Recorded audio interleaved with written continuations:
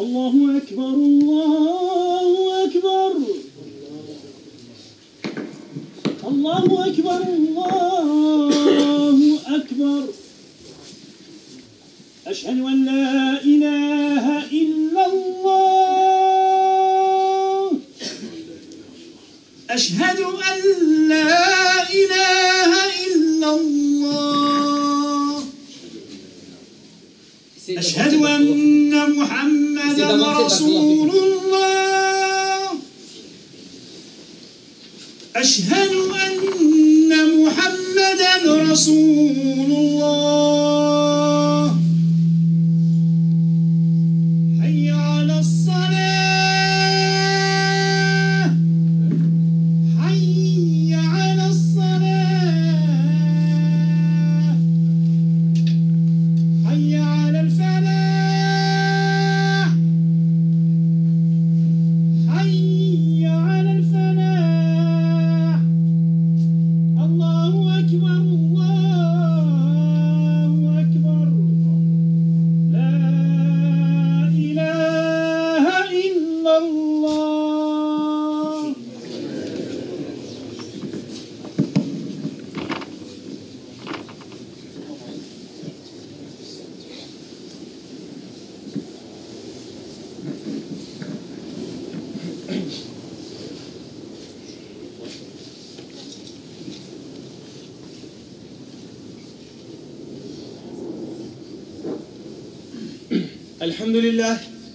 الحمد لله نحمده ونستعينه ونستهدي ونستغفره ونؤمن به ونتوكل عليه ونعوذ بالله من شرور أنفسنا ومن سيئات أعمالنا من يهده الله فلا مضل له ومن يضلله فلا هادي له ونشهد أن لا إله إلا الله وحده لا شريك له وأشهد أن محمدا عبده ورسوله صلى الله عليه وسلم. Mes frères et mes sœurs, la khutbah du Jumu'ah d'aujourd'hui, du mois de novembre, elle est capitale, vitale, primordiale. Normalement, je commence toujours par un verset du Coran. Mais là, je vais commencer à vous donner des chiffres. J'espère que vous êtes bien assis, parce que ce que je vais vous dire va vous faire froid dans le dos. On commence. Écoutez bien, mes chers frères et mes chères sœurs. Cette khutbah, je l'ai fait à cause d'une femme qui est venue me voir. Vous savez qu'est-ce qu'elle m'a dit? S'il te plaît, mon frère, faites-nous une khutbah, s'il vous plaît, sur l'amour du prophète vis-à-vis de ses femmes. On entend sans arrêt des khutbahs sur le prophète. Masha'Allah, il jeûnait tel jour. Le prophète, Masha'Allah, il lisait le Coran. Le prophète, Masha'Allah, il se levait la nuit. Toujours on entend le côté rituel. Mais on ne sait pas si le prophète, alayhi salatu salam, est un homme amoureux. Alors on va le voir. On commence par des chiffres. En France, chaque année, on n'a pas terminé l'année 2018, il y a 228 000 mariages. Vous savez combien de divorces? 128 000 divorces, 50%. En 1972, il y avait 51 600 000 habitants en France. Vous me suivez? Regardez bien, avec 407 000 mariages. Et il y avait combien de divorces? 40 000, 10%. Vous allez vous dire, ouais, mais nous, ça ne nous concerne pas, on est des musulmans, les pratiquants. Ouais, mais nous, peut-être qu'on a compris la pratique d'une autre façon que nos ancêtres. Oui, écoutez bien les chiffres. Vous savez quel est le pays dans le palmarès au monde, le pays au monde qui divorce le plus? À votre avis? Eh bien, c'est un pays musulman. C'est un pays musulman, je ne vais pas le dire parce que j'ai beaucoup de respect pour ce pays. Premier pays au monde qui divorce le plus. C'est un pays musulman. On continue. Quel est le pays au monde, dans toute la planète, sur plus de 250 pays, où le mariage dure le moins longtemps? Le moins longtemps. Encore un pays musulman. Quel est le premier pays dans le monde arabe qui est sur les sites extra-conjugal? Ou je ne vais pas dire le pays, tout le monde l'aime ce pays dans son cœur. On est loin, hein? Vous allez me dire, ça ne nous concerne pas? Si, vous allez voir. Le sujet, c'est quoi? Le mariage et le divorce. Regardez bien, mes chers frères et mes chères sœurs. 12% de divorces sont dus à cause du manque de communication dans un couple. Chacun reste dans son coin, chacun ne discute pas, c'est 12% de divorces. 34% de divorces dans un couple, c'est dû à l'infidélité. Ah, ça ne concerne pas? Vous mettez les doigts dans l'œil. Les doigts dans l'œil. Oui, musulmans pratiquants, infidèles, ça existe depuis la nuit des temps. Et une liste d'histoires pragmatiques que j'ai, que des gens viennent me voir. Seulement en une semaine là, de la semaine dernière aujourd'hui, 8 femmes, 8 hommes viennent me voir, musulmans, pour demander le divorce. Ben oui. On continue. 11% de divorces sont dus à quoi? L'ingérence de la belle famille, à la pression parentale, la belle-mère, le beau-père, et ainsi de suite. On continue. 22% de divorces sont dus à quoi? Au manque d'amour. Il n'y a pas d'amour dans le couple. Ben oui, quand les temps sont durs, il faut s'accrocher, il faut augmenter l'amour. Ensuite, 11%, 14%, c'est quoi quand tu as l'âge de la quarantaine? Ah, tu veux te sentir jeune, et un coup de jeune et c'est parti. On est prêt à prendre des risques, des années de mariage, pourquoi? Pour une nouvelle aventure. Bon, la liste, elle est longue. On va commencer par le verset du Coran maintenant. Accrochez. Allah dit dans le Coran, Surat Rum, les Romains, chapitre 30, Surat Mekwaz, verset 21. Qu'est-ce qu'Allah dit? Wa min ayatihi an khalaqa lakum min anfusikum azwajan litaskunu ilayhi wa ja'ala bainakum mawaddatan wa rahma inna fi dhalika la ayatin liqaumin yatafakkarun. Vous savez, il est pour qui ce verset? Vous allez dire, il est pour nous. Ouais, mais en vérité, il est pour surtout ceux qui veulent bien faire fonctionner leur cerveau. Avancez qu'Allah vous récompense, un peu de place pour les autres, ça fera de la miséricorde pour tout le monde. N'hésitez pas à remplir les rangs. Que Dieu vous récompense et vous bénisse. Regardez bien. Allah dit, et parmi ces signes, il a créé de vous, donc de vos entrailles, pour vous, des épouses. C'est beau ce que Dieu dit, hein, afin que vous trouviez la tranquillité. Donc Dieu dit, j'ai créé les femmes pour que vous, les hommes, vous cherchiez le repos. Super, aïe, on a trouvé le repos. On est content. Il y a une chose, soit on a compris le Coran, ou soit on n'a pas compris, ou soit on ne comprend pas les femmes. Et parce qu'elle a dit, regardez bien, j'ai créé de vous, pour vous, parmi ces signes, des épouses, afin que vous trouviez la tranquillité. Et j'ai mis parmi vous deux. De quoi? De la bonté et de la miséricorde. La bonté, il y a 21 synonymes. La miséricorde, il y a 19 synonymes. Allah, qu'est-ce qu'il a dit? Entre vous deux, j'ai mis de la bonté et de la miséricorde. C'est le ciment qui soude l'homme et la femme. En fin de compte, Allah dit dans le Coran à la fin, Kadalika, et c'est un signe pour les gens qui veulent bien réfléchir. En fin de compte, si tu veux réfléchir, tu comprendras que Allah t'a donné une femme pour que tu cherches le repos, la tranquillité, et il a mis entre moi et cette dame-là de la bonté et de la miséricorde. Mais si tu n'as pas compris, soit tu n'as pas compris la religion, soit tu n'as pas compris le Coran, ou soit tu ne comprends pas les femmes. Il y a un problème. Alors écoutez bien, qu'est-ce que c'est que la miséricorde? Je vous donne un exemple, parce que c'est la guerre dans la maison. La guerre. Mais quelle guerre? Quand on fait la guerre dans la maison, on a tendance à prendre souvent des versets du Coran pour argumenter ma position. Ouais, Allah il a dit, le prophète il a dit, Allah il a dit. Très bien. Tout le monde a des enfants? Ok, allez, un enfant de 12 ans. Normalement, il doit faire la prière, vous êtes d'accord avec moi? Et puis, tu dis à ton fils, allez, mon fils, il faut faire la prière. Oui, papa. En vérité, tu rentres dans la salle de bain derrière lui et tu ne trouves pas une goutte d'eau. Puis c'est tous les jours comme ça. Et tu as compris que c'est du cinéma. D'accord? Alors tu te fâches, tu t'énerves contre ton fils, tu es prêt à lui mettre une tarte. Mais qu'est-ce qui va se passer si tu frappes ton enfant de 12 ans? Est-ce qu'il va t'aimer? Il va te détester, primo. En plus, il va détester la prière, voire la religion. Pourquoi? Parce que toi, tu penses que pour ramener ton fils vers Allah, il faut prendre des coups de bâton. Et toi, tu penses que pour ta femme la ramener vers toi, il faut y aller à coups de verset, à coups de hadith. Non. Vous savez ce que c'est que le rahma? La meilleure définition que j'ai trouvée, c'est quoi? C'est la pitié. Qu'est-ce que la pitié? Ça veut dire que le jour où tu vas arriver, le jour du tribunal devant Dieu, qu'est-ce que tu vas dire? On a tous un passé, hein? Vous êtes d'accord? Tu vas dire quoi devant Dieu? Pitié, Allah, pitié. Pitié, Allah, pitié. Si tu n'as pas pitié, c'est fini. Pour moi, je suis mort, c'est l'enfer. C'est vrai ou la lettre? Donc on a fait des bêtises. On va demander quoi? Pitié, pardonne-moi. Et c'est la même chose. Si tu n'as pas de pitié pour ta femme, alors tu seras intransigeant. Et c'est ça, Allah, qu'est-ce qu'il dit? J'ai mis de la pitié entre vous deux. Ça veut dire que si on met la pitié, la rahma, dans le couple, ça va avancer. Mais si on ne met pas de la pitié, Et c'est la guerre du matin jusqu'au soir.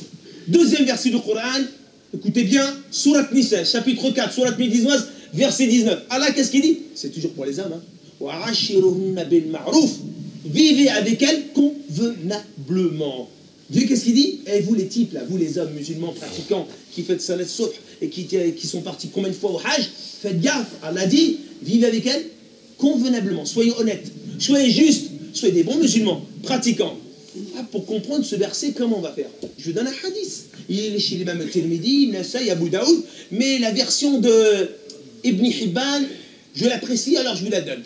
Dans le recueil de l'imam Ibn Hibban, tome 9, page 483, hadith 5176, Abi Hurayra radiyallahu anhu dit, en arabe, ensuite en français, Akmalul mu'minin imanan hasana khuluqan wa khiyarukum li nisa'ihim.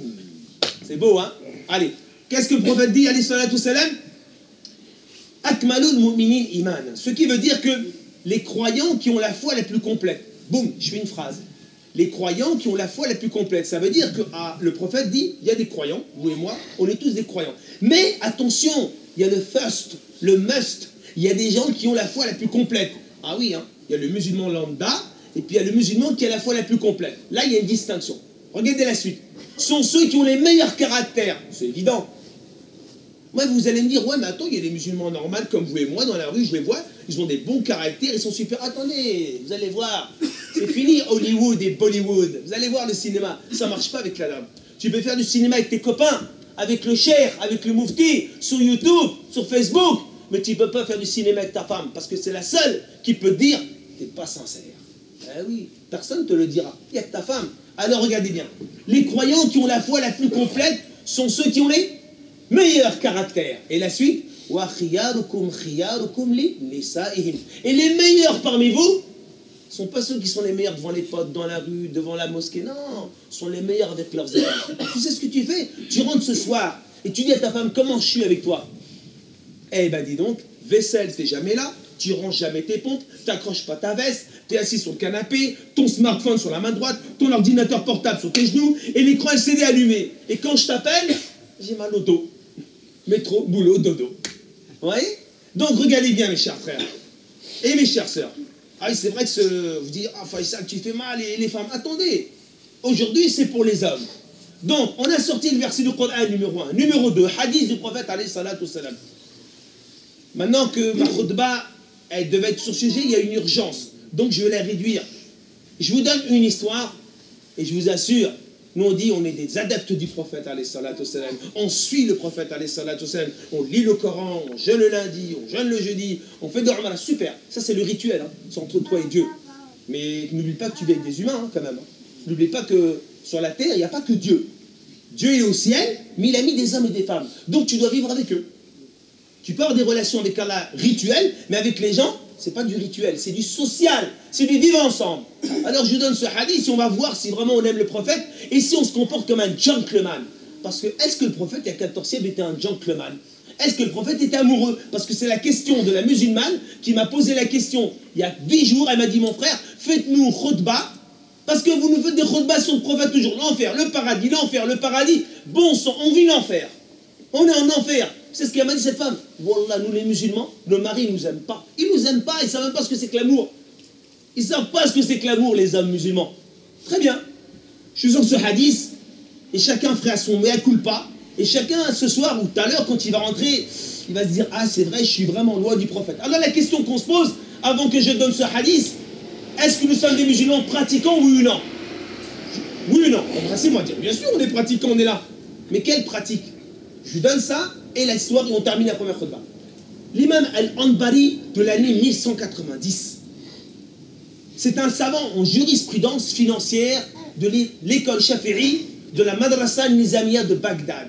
Il dit que Abdullah ibn Mas'ud, vous le connaissez, Abdullah ibn Mas'ud, 8 campagnes militaires, c'est pas n'importe qui. Éminent compagnon du prophète, c'est pas n'importe qui. Sa lecture du Coran va durer 3 siècles, c'est pas n'importe qui. Chez Muslim, le prophète dit apprenez le Coran de 4 personnes. Abdullah ibn Mas'ud, c'est pas n'importe qui. Au temps du califat de Omar al-Khattab, en 639, il est gouverneur et juge et savant à Koufa. La liste est longue de Abdullah ibn Mas'ud. Regardez bien ce que dit Abdullah ibn Mas'ud. Accrochez-vous. Et là, on va voir sur les pratiquants. Si on pratique la religion avec les créatures d'Allah, avec Allah, c'est facile. Tu pratiques, mais avec les créatures d'Allah. Écoutez ce que dit Abdullah ibn Aswad. Nous, les compagnons, nous avions du mal à mémoriser le Coran, mais de la facilité à le pratiquer. Il viendra une époque après nous, où les musulmans auront de la facilité à mémoriser le Coran, mais la difficulté à le pratiquer. Alors, on est des musulmans pratiquants ou non? On pratique ce qu'on veut. Très bien, voici le hadith. Dans le recueil de l'imam Muslim au hadith 256, Muqaddam ibn Shari' ibn Hani radiyallahu anhu raconte: Sa'altu Aïcha radiyallahu anha bi ayyi shay, je dis direct en français, le temps est court. J'ai demandé à Aïcha, Muftoun 2200 hadiths, c'est une savante, 192 élèves, ô Aïcha, quelle est la première chose que le prophète Mohammed sallallahu alayhi wa sallam faisait quand il rentrait chez lui? Chacun de nous, c'est en 2018, c'est ce qu'il fait quand il rentre chez lui. Hein? Tu rentres chez toi, tu balances tes pompes, la suite vous la connaissez. Qu'est-ce que le prophète faisait? Regardez Aïcha. Awwal shay, la première chose que le prophète, mon mari, faisait quand il rentrait chez moi, il passait le siwak. Pourquoi il passait le siwak? Eh bien, tous les savants du 5e siècle avec l'imam Nawawi vont s'asseoir. Et ils vont prendre les sources des tabi'in, les enfants des sahaba. Et ils vont dire, on a tous compris pourquoi le prophète il passait le siwak. Parce qu'à cette époque, il n'y avait pas de chewing gum Hollywood. Parce que le prophète voulait avoir une haleine buccale au top. Parce que la première chose qu'il faisait quand il rentrait chez lui, il embrassait sa femme. Oh là là, nous ça n'existe pas chez nous. Ça n'existe pas. C'est pour ça qu'il y a des divorces. C'est pour ça que ça ne va pas. Bah, une sunna comme ça, si on la pratique, il n'y a plus de divorce. Parce que nous sommes des gens amoureux. Et ça, c'est quoi? C'est la galanterie. C'est un gentleman, le prophète, alayhi salatu wassalam. Il savait utiliser sa femme. Il savait l'aimer. Voilà, c'est la première partie. Il y a du boulot. La prochaine partie, ça sera le mois prochain, Inch'Allah. Subhanakallah wa bihamdik, nashhadu an la ilaha illa ant, nastaghfiruka wa natubu.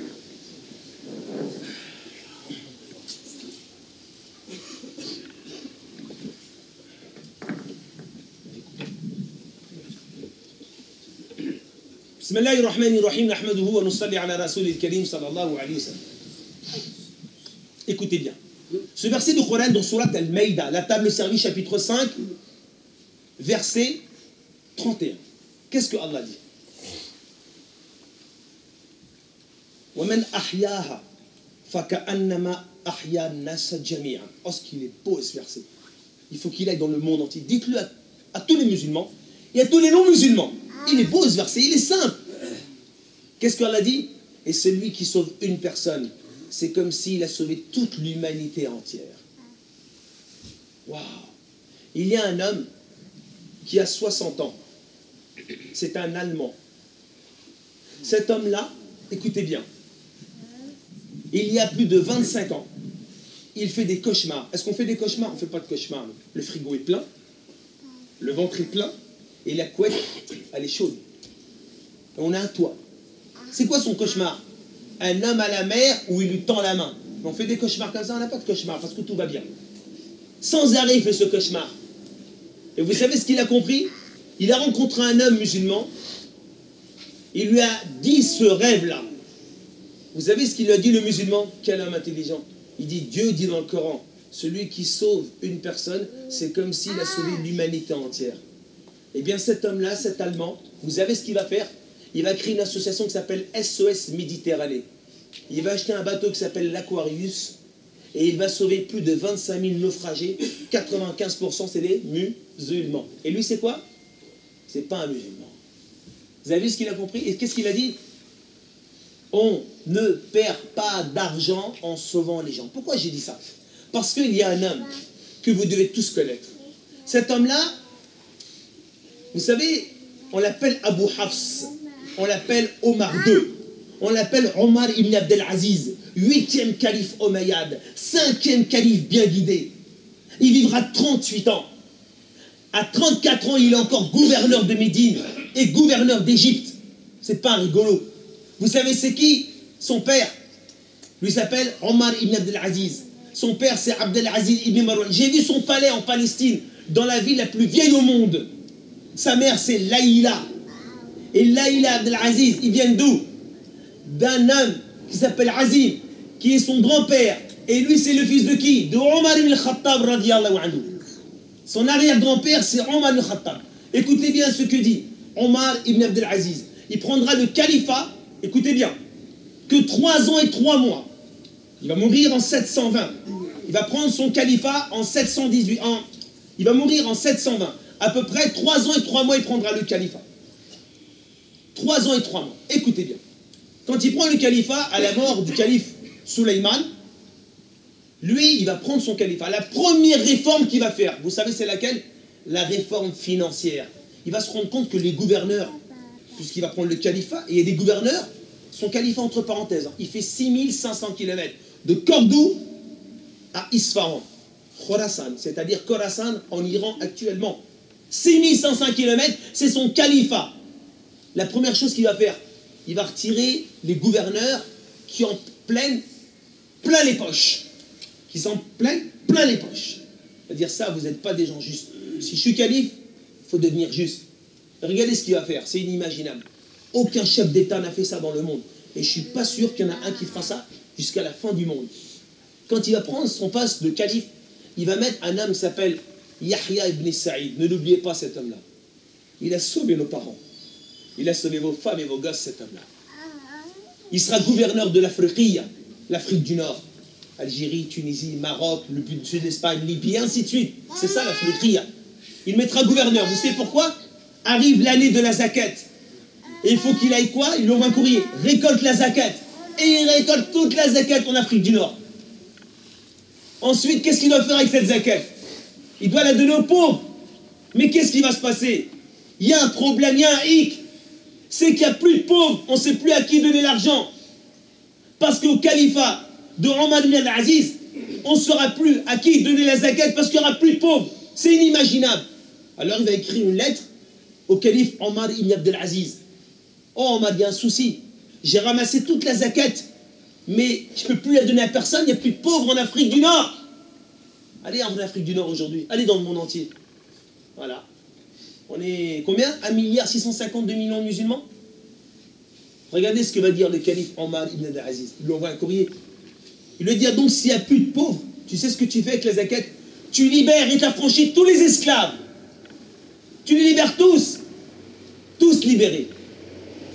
Et regardez à son califat. C'est-à-dire que l'Iran actuellement, donc Khorasan, le budget annuel des recettes était de 28 millions de dirhams.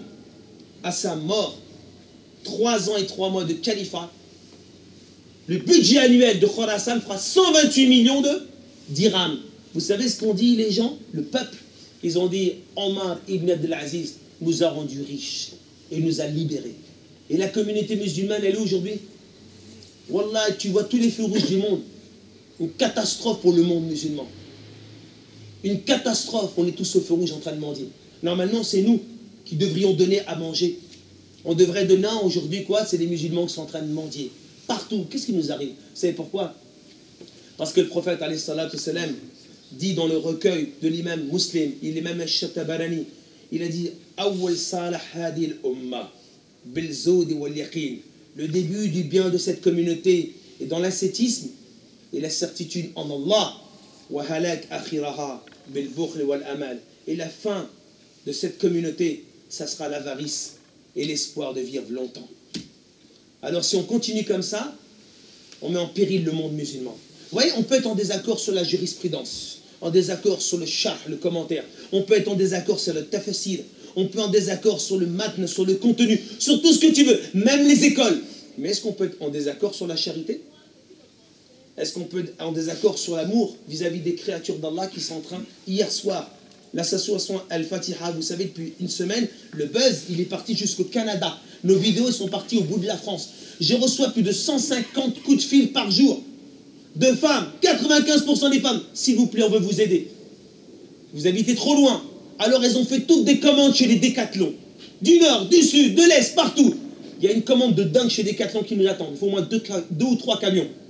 Hier soir, les frères sont partis de 10h du soir jusqu'à 2h du matin. Il y avait 19 personnes dehors qui dormaient. Il y avait une femme qui était enceinte. Depuis 1 mois et 18 jours, elle est dehors enceinte sur de l'herbe, sur une tente, sur le bord du périph'. On les a mis à l'hôtel, les 19 personnes. Voilà l'argent que vous avez donné. Vous êtes en train de mettre les gens au chaud. Vous êtes en train de mettre des bébés au chaud. Vous êtes en train de les nourrir. Notre argent n'est pas perdu. On construit des palais au paradis. Alors je vous le dis, mes chers frères, mes chères sœurs, soit on se met debout, soit on aide la communauté musulmane, ou soit on va crever comme ça. Donc on n'est pas fait pour périr. L'enfer, c'est pas ici. L'enfer, c'est là-haut. Et si l'on veut être heureux, il faut s'aider les uns les autres. Alors on demande à Allah tabaraka wa ta'ala qui nous facilite. N'hésitez pas, toujours, sur le Facebook, sur les WhatsApp, donnez. Parce qu'hier, on a payé 900 € les hôtels. Ça va très vite, mais au moins, ils ne sont pas dehors. Et ce soir, on va partir à 22 h jusqu'à 2 h du matin. Ils ont besoin de couverture, ils ont besoin de manger, ils ont besoin de bonnets, ils ont besoin de duvet. Et tout ça, c'est votre argent. Tout ça, c'est des sadaqas. Ce n'est pas des hasanat. Hasanat, c'est 27 degrés. C'est des sadaqas. Alors, quand tu meurs, ça continue. C'est ça, les sadaqas. Ce n'est pas les hasanat. Ne mélangez pas les hasanat et les sadaqas. Les hasanat, c'est des bons points. Mais les sadaqas, ça reste. Et puis ça touche les gens. Mais les hasanat, ça touche que toi, ou c'est des points dans la balance. Mais les sadaqas, ça touche les gens, même quand tu meurs. Donc on continue, Inch'Allah, mes chers frères et mes chères sœurs, d'être généreux et de donner. J'ai trop d'histoires à vous donner. Il y a un chef d'entreprise qui m'a appelé aujourd'hui. Il y a un autre chef d'entreprise qui m'a appelé aujourd'hui. Il va nous donner beaucoup de choses. Donc c'est pour ça, Inch'Allah, soyez généreux, donnez. La mosquée, elle est là. Vous la connaissez, 1 rue des Olympiades, 91 300 Massy, l'association El Fatiha. Vous allez sur Facebook, vous allez sur WhatsApp, mais on ne peut plus laisser un enfant dans la rue. On ne peut plus laisser une femme dehors. Ça, on ne l'accepte pas. Le calife Omar ibn al-Aziz, en moins de 3 ans, il n'y avait plus un seul pauvre. On est capable de faire ça? En France, on est 7 800 000 musulmans. On est capable? On demande à Allah tabaraka wa ta'ala d'ouvrir nos cœurs, c'est la première chose. Il y a l'awwal awwali, le premier des débuts. Il y a l'akhir akhiri, le dernier des derniers. Oh Allah, tu es celui que aucune créature ne peut imaginer. Oh Allah, tu es celui que aucune créature ne peut te voir. Oh Allah, toi tu connais le poids des montagnes. Et toi tu connais le nombre de gouttes d'eau dans les mers. Et toi tu connais le nombre de feuilles dans les arbres. Et toi tu connais les étoiles dans les cieux. Oh Allah, toi qui connais le nombre de grains de sable dans les déserts. Tu sais ce qui se cache dans le cœur d'une fourmi noire, sous une pierre noire, dans une nuit noire. Allahumma tahar qulubana. Allah purifie nos cœurs. Nas'aluka imanun kamila. On te demande la foi complète. Wa lisanun dhakira. Et un cœur qui te remercie. Wa hayatun tayyiba. Et une vie bonne. Wa ilmun nafi'a. Et une science qui soit profitable pour nous. Wa jannata aliya. Et un paradis élevé. Allah protège la communauté musulmane. Allah élève la communauté musulmane. Allah, qu'est-ce qu'on a fait aujourd'hui pour qu'on soit comme ça, humilié, rabaissé? Allah, on te demande pardon si on a péché. Allah, aie pitié de nous. Par pitié, on te demande pardon. Aujourd'hui, on est sincère. Dans cette khutbah Jumu'ah, Allah, pardonne-nous. Allah, excuse-nous. Allah, on te demande pardon, le mal qu'on a fait. Allah, on laisse des femmes dans la rue. On laisse des enfants dans la rue. Allah, illumine notre cœur. Allah protège nos enfants. Allah protège nos filles. Allah protège nos frères. Allah protège nos sœurs. Allah protège-nous du châtiment de la tombe. Protège-nous des braises de l'enfer. Protège-nous du Jahannam. Protège-nous des stratagèmes de Iblis. Allah fait quoi sont généreux. Allah fait qu'on soit généreux. Cette communauté, elle est riche, mais c'est nos cœurs qui sont pauvres. Cette communauté, elle est riche, Ya Allah, mais enrichis nos cœurs, Ya Allah. Allah purifie cette communauté musulmane. Allah ne nous laisse pas dans la galère. Allah, les musulmans dans le monde entier, on est en train de souffrir. On est dans les 4 coins du monde entier, Allah. Ya Allah, sauve cette communauté musulmane. Ne nous laisse pas comme ça, Allah, Ya Karim. Ya Allah, on a vu l'enfer avant l'enfer. Allah, sauve nos femmes, sauve nos frères, sauve nos enfants. Allah, sauve le monde entier. Ya Allah, qu'on soit utile, Ya Allah. Fais qu'on soit utile pour le monde entier, Allah. Allah, retire l'hypocrisie de notre cœur. Allah, met la sincérité dans notre cœur. Allah, met la certitude dans notre cœur. Allah, met l'amour de toi dans notre cœur. Allah, ne nous abandonne pas. Par pitié, Allah. Par pitié, ne nous abandonne pas, Ya Allah, Karim. سبحانك الله وبحمدك نشهد أن لا إله إلا أنت نستغفرك ونتوب إليك سبحان ربك رب العزة عما يصفون وسلام على المرسلين والحمد لله رب العالمين. Je vais faire la prière avec vous. Je vais faire une petite sourate. Je vous demande une chose, une faveur. Pour vous, c'est pas pour moi. Concentrez-vous dans cette sourate et méditez à cette sourate. Et en même temps, à l'instant T, vous vous dites, j'en suis où? Est-ce que je pratique cette sourate ou non? Et si je ne la pratique pas, ce soir on fait 2 rakat tawba. Autrement on est foutu. Bismillah ar-Rahman ar-Rahim.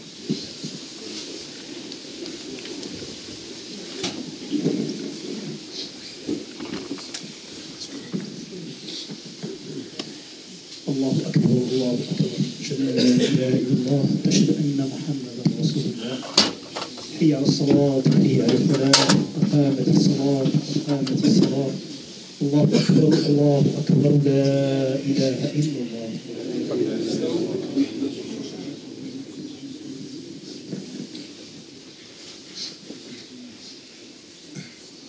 الله أكبر.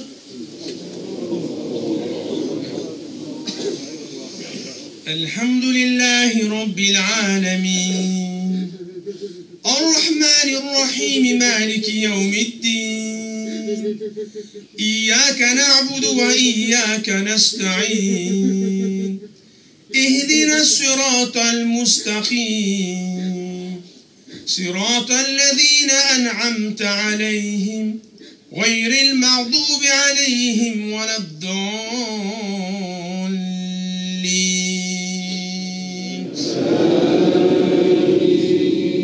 والعصر إن الإنسان لفي خسر والعصر إن الإنسان لفي خسر والعصر إن الإنسان لفي خسر إلا الذين آمنوا وعملوا الصالحات إلا الذين آمنوا وعملوا الصالحات إلا الذين آمنوا وعملوا الصالحات وتواصوا بالحق وتواصوا بالصبر. الله أكبر.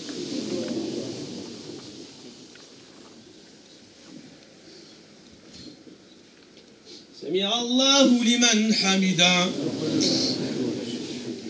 الله أكبر.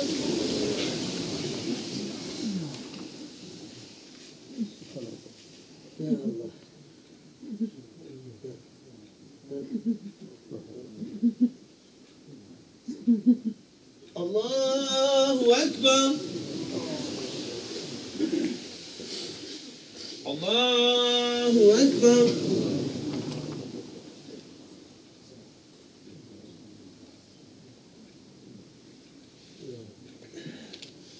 الله أكبر.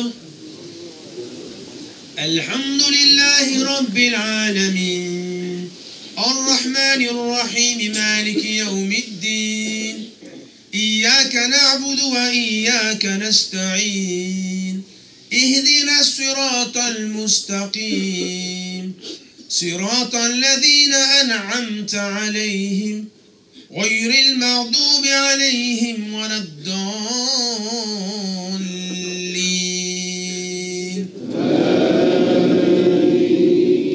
والعصر إن الإنسان لفي خسر والعصر إن الإنسان لفي خسر والعصر إن الإنسان لفي خسر إلا الذين آمنوا وعملوا الصالحات إلا الذين آمنوا وعملوا الصالحات إلا الذين آمنوا وعملوا الصالحات وتواصوا بالحق وتواصوا بالصبر. الله أكبر.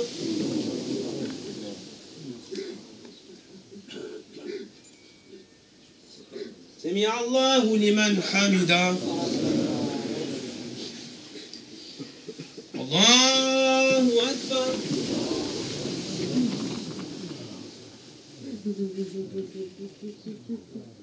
الله أكبر. الله أكبر.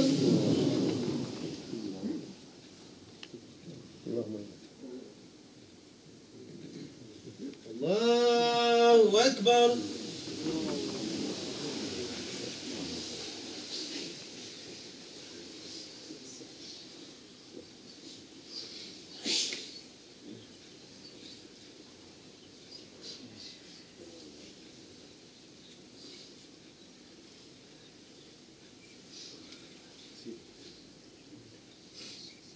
السلام عليكم ورحمة الله. السلام عليكم ورحمة الله. Frère, n'oublie pas, Inch'Allah, on rentre tous chez nous, on essaie des bons maris, Inch'Allah, binillah, et puis aussi on n'oublie pas d'être généreux, Inch'Allah, pour les gens, les femmes et les hommes, Inch'Allah, qui sont dans la rue. Qu'Allah vous récompense, chacun il fait le buzz, chacun il fait le bilan pour lui, Inch'Allah, barakallahu fikum, qu'Allah vous récompense.